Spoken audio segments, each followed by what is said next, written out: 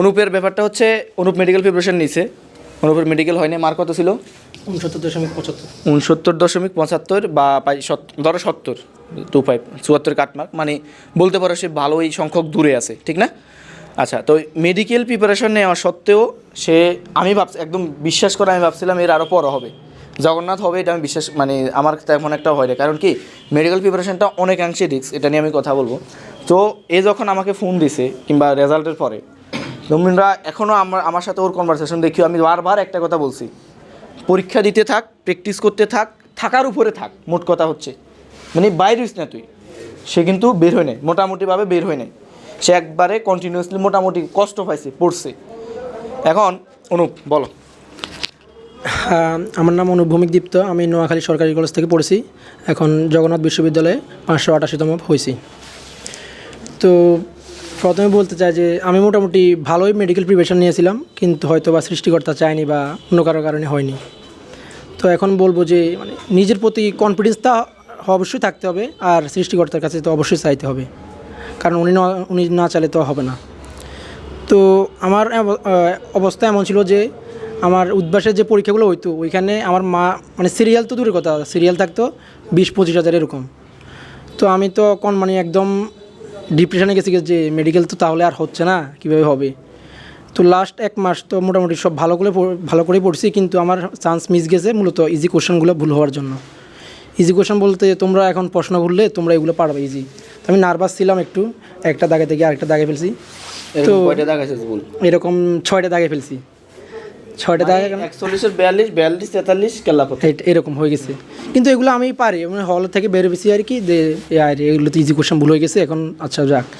তো তখন ওই দিন গেছে রেজাল্টের দিন, রেজাল্ট দেওয়ার পর আমি শুধু শান্ত দাদার মোবাইলটা ধরছি, আর কারো কলটা রিসিভ করি নাই।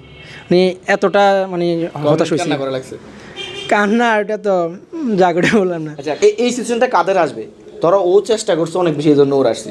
কিছু কিছু দেখবা ওরা অভিনয় করতেছে, তুমি ভাই তুমি জানো তুমি পড়াশোনা করতেছো না, তো তুমি শুধু শুধু মানুষ দেখানোর জন্য অভিনয় করে লাভ কি? ইস বন্ধু আমার তো সিরিয়ালে ছিল, পজিশনে ছিল, ওইটা তুমি ওই যে একটা কথা আছে না যে আমি তোমাদের মেবি একটা নোটও লিখে দিয়েছিলাম যে তুমি কোনো কিছুর জন্য আফসোস তখনই করতে পারবা যখন তুমি সেটা চাইছো, তুমি না চাই তো আফসোস করার অধিকারটা তোমার। হ্যাঁ বল। তো তারপর আমাকে মানে শান্তদার কল রিসিভ করছি, তো উনি আমাকে এভাবে বলছে যে লেগে থাক, পরীক্ষাগুলো দিতে থাক, সবগুলা একটা না একটা হবে। তো তখন আমার মানে এলাকার বলতে অনেকেই বলছে যে মেডিকেল প্রিপারেশন নেওয়ার পরে ভার্সিটিতে সহজে হয় না, যে হলো একদম জিএসটি পর্যন্ত লেগে থাকতে হবে, তাহলে হয়তো বা আসতে পারে। তখন আমি মানে শান্তদার কথা চিন্তা করলাম যে শান্তদার তো যেহেতু হয়েছে হয়তো বা আমারও হবে একটা না একটা। তো তখন আমি একদম ফুল কনফিডেন্সলি জাহাঙ্গীরনগর ডিউনিটে পরীক্ষাটা দিছি।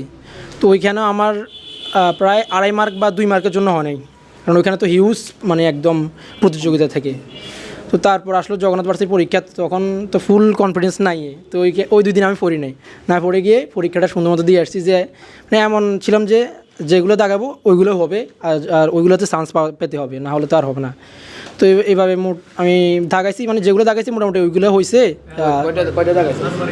দাগাইছি 87টার ভিতরে 8টা বা 9টা ভুল গেছে, তো কেটে 74.75 মার্ক আসছে। তো ওইটা দিয়ে মোটামুটি চান্সটা হয়ে গেছে। আর সবসময় নিজেকে অন্যের সাথে তুলনা করবো না, যে না আমার বন্ধু তো এটা হয়ে গেছে, আমার তো হবে না।